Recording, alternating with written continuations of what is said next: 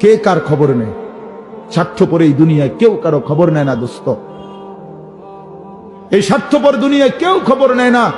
তুমি যেদিন মরে যাবা, আমি যেদিন মরে যাব, সেদিনও পৃথিবীতে সূর্য উঠবে, চাঁদ উঠবে, এই গাড়ি চলবে, সিএনজি চলবে, অটো চলবে, দোকানপাট খুলবে, ব্যস্ত মানুষ সব বাজার ব্যবসা ঠিকই চলবে, সব দৌড়াচ্ছে, শুধু আমি নিস্তব্ধ, শুধু আমি থেমে গেলাম। আমার হাত আর নড়ে না, পা আর নড়ে না, আমার আর চোখ খোলে না, আমার আর জিন্দিগির কোন স্পন্দন নাই। এরই নাম দুনিয়া, এরই নাম দুনিয়া। বিকাল বেলা যারা জানাজা পড়ছে, এই স্ত্রী ছেলে কামছে সারাদিন বাপের জন্য, স্বামীর জন্য, এই মানুষগুলোই রাত্র 9টায় আবার পাশের বাড়ির থেকে রান্না করে আনছে, এরাই পেট ভরে ভাত খাইতেছে। এরই নাম দুনিয়া, এর নাম দুনিয়া, এর নাম দুনিয়া। এই মানুষগুলো তো একদিন উপাস থাকলো না, আপন সন্তান, আপন স্ত্রী। তাহলে ধোকার এই দুনিয়া কার জন্য সাজাইলাম? কার জন্য বলে? বলে কার জন্য? ইয়ালামুনা যাহিরাম মিনাল হায়াতিদ দুনিয়া ওয়া হুম আনিল আখিরাতি হুম গাফিলুন। আল্লাহ বলে, বান্দা, দুনিয়ার জীবন তো খুব বুঝলা, কিন্তু আখিরাতের ব্যাপারে গাফিল হয়ে রইলা। আমার ছেলেরা, তোমরা বলো ভাই, তোমরা যারা খোদার 365 দিনে একটা বছরে কোনোদিন ফজরের নামাজ কোনোদিন পড়ো নাই, তোমার এই পরিণতি, তোমার এই গন্তব্য শেষ কোথায়? তুমি বলো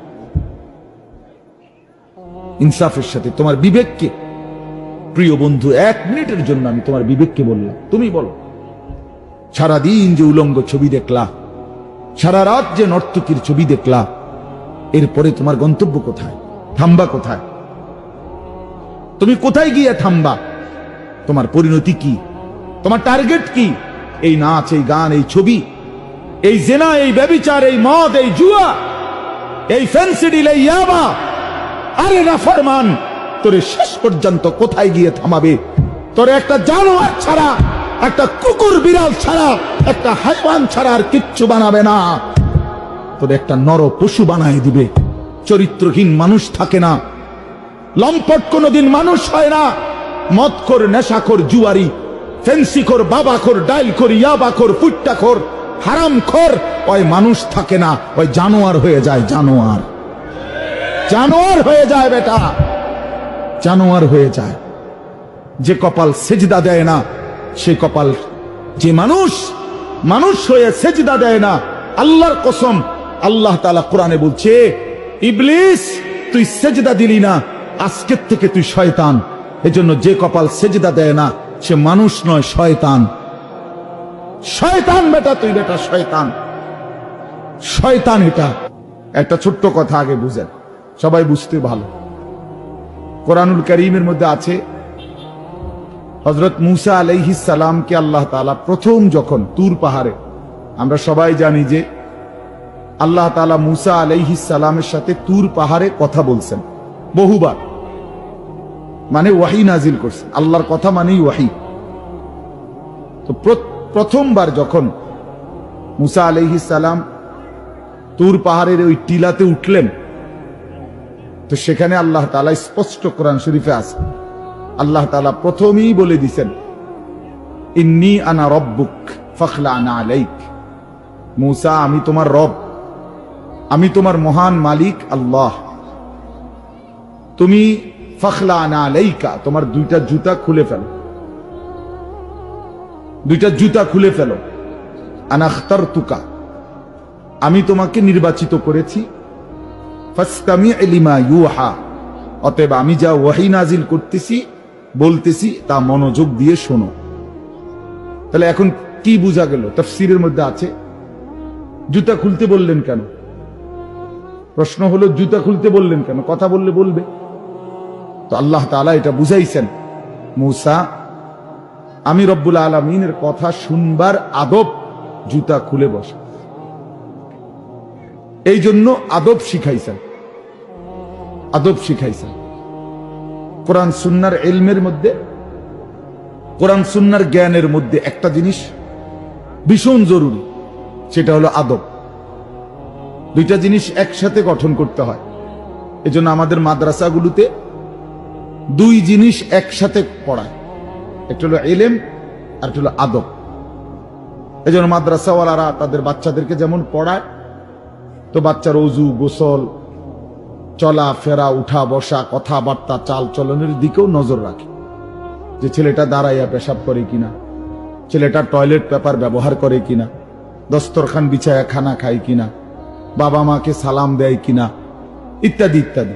মানে শুধু শব্দ মুখস্থ করছে, পড়া দিছে, পড়া নিছে, এইটা না, তার সাথে সাথে তার জীবন গঠন হচ্ছে কিনা, আদব শিখতেছে কিনা, আখলাক শিখতেছে কিনা, এইটা হলো একই সাথে লক্ষ্য থাকে। এই জন্য হাদিসের মধ্যে আছে, আমাদের প্রিয় নবী সাল্লাল্লাহু আলাইহি ওয়াসাল্লাম বলছেন, আল্লামানি রব্বি ফাআহসানা তা'লিমি ওয়া আদ্দাবানি রব্বি ফাআহসানা তা'দীবি। এই একটি হাদিসে নবীজি দুইটা কথা বলছে, যে আমার আল্লাহ আমাকে সর্বোত্তম ইলম জ্ঞান শিখিয়েছেন এবং আমার আল্লাহই আমাকে সর্বোত্তম আদব শিখিয়েছেন। তাহলে একই সাথে বলছে নবীজি, আল্লামানি রব্বি আদ্দাবানি রব্বি, আল্লাহই আমাকে ইলম শিখিয়েছেন, আল্লাহই আমাকে আদব শিখিয়েছেন।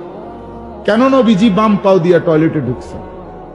কেন ডান পাও দিয়া মসজিদে ঢুকছেন? মনে করেন এই যে প্রতিটা নড়াচড়া, হাত্তাল হারাকাত ওয়াস সাকানাত, নবীজির প্রতিটি স্থিরতা, প্রতিটা নড়াচড়া, সবটাই আল্লাহ তাআলার ফয়সালা, আল্লাহ তাআলার পক্ষ থেকে নির্ধারণ করা।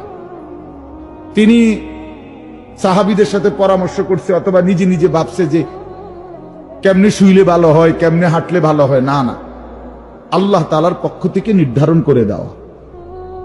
এই জন্য বাপ, এটা জরুরি বিষয়। এটা আল্লাহর কোরআনের মজলিস, বরকতময় মজলিস।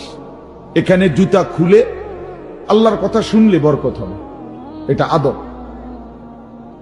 সবাই যারা মুসা আলাইহিস সালামের ওই ঘটনাটা জানে, কোরআন শরীফে স্পষ্ট আছে যে তখন প্রচন্ড ঠান্ডা ছিল, ভীষণ ঠান্ডা, কুয়াশা, নিচে বরফ। মুসা আলাইহিস সালামের স্ত্রী, ওই যে শুআয়ব আলাইহিস সালামের মেয়ে, যাকে তিনি 10 বছর পরে বিয়ে করে আনতেছিলেন, উনি প্রচন্ড শীতে কাঁপতেছিল। এই সময় মুসা আলাইহিস সালাম একটু আগুনের তালাশে তুর পাহাড়ের ওই টিলার মধ্যে উঠছিলেন। স্ত্রীকে বলছে, ইন্নী আনাস্তু নারা, আমি একটু আগুন তালাশ করে আনি, যদি আগুনটা আনতে পারি তাহলে আগুনের মধ্যে যদি তোমার শরীরে একটু সেঁক দাও, তাহলে গরমটা আর শীতটা একটু কম লাগবে। মানে সে শীতকালে আগুন দিয়ে আগের দিনে খুব ছিল, তাহলে বোঝা গেল এত ঠান্ডা, এত প্রচন্ড শীতে যে কাঁপতেছে। কিন্তু এরপরেও আল্লাহ তাআলা বললেন, আগে জুতা খোলো। অথচ এই ঠান্ডার মধ্যে জুতা না খুললে ভালো ছিল, কিন্তু এরপরও আল্লাহর কথা শুনবার আদব, জুতা খুলে শুন। হাদিসের মধ্যে কথা স্পষ্ট আছে, আল্লাহর নবী সাল্লাল্লাহু আলাইহি ওয়াসাল্লাম কখনোই খাবার জুতা পরিহিত অবস্থায় খাইতেন না।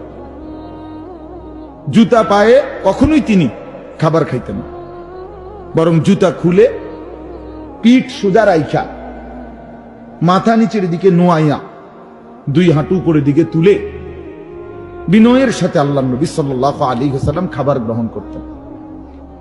নবীজি নিজে বলতেন, আকুলু কামা ইয়াকুলুল আবদ, একজন গোলাম তার মনিবের সামনে যেরকম বিনয়ের সাথে খানা খায়, আমি আমার মহান আল্লাহ পাকের সামনে এভাবে খানা খাই। ভাইয়া, আদব, আদব অনেক বড় জিনিস।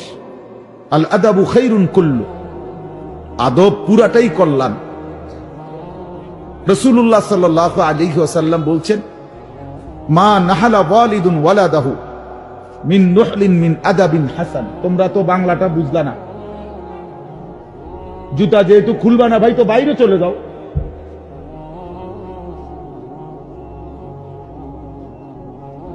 আশ্চর্য মানুষ।